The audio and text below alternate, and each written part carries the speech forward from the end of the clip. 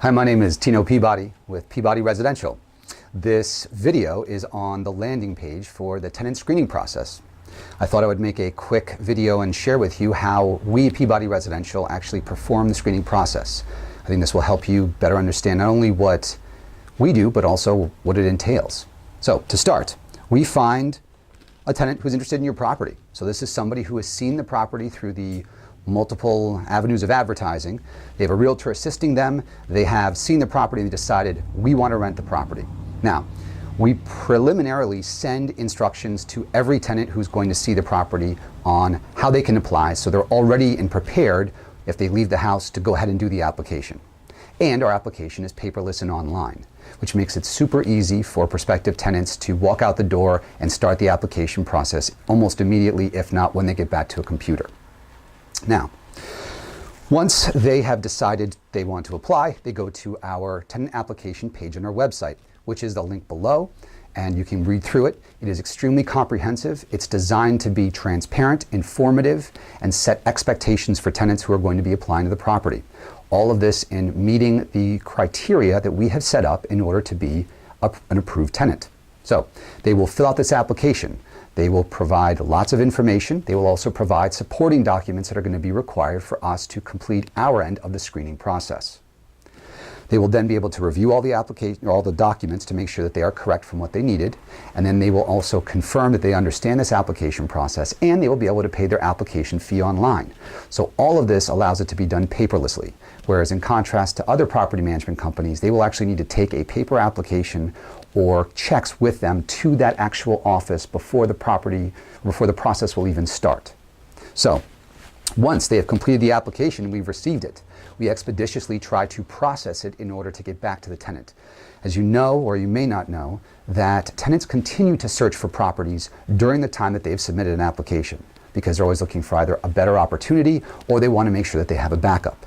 So it is very important that we quickly process the tenant's application, and if they're approved, get them through and executed to a lease and collect documents and funds. So our tenant screening process is very comprehensive and can be done fairly quickly because of technology. This includes the identity verification, credit check, criminal check, eviction check, rental verification check, income verification check, and then pet information and documentation. So now we have this robust kind of idea of who the person is or the people are on paper. Once that's all done, we then come up with an analysis and a determination of approval, conditional approval, or denial. Denial is self-explanatory. An approval is fairly self-explanatory as well. And conditional approval would be something that we would contact you and follow up with you and discuss with you whether it's going to be a higher risk tenant, or there may be some things that don't fully meet the criteria. However, based on the market or what they're providing, maybe we can work out a negotiation that makes everybody feel confident about having this tenant execute a lease with you and your property. So once we've done that, we then upload the application and share it with you. Now, it is very important for us to follow fair housing guidelines, and there's a lot to this.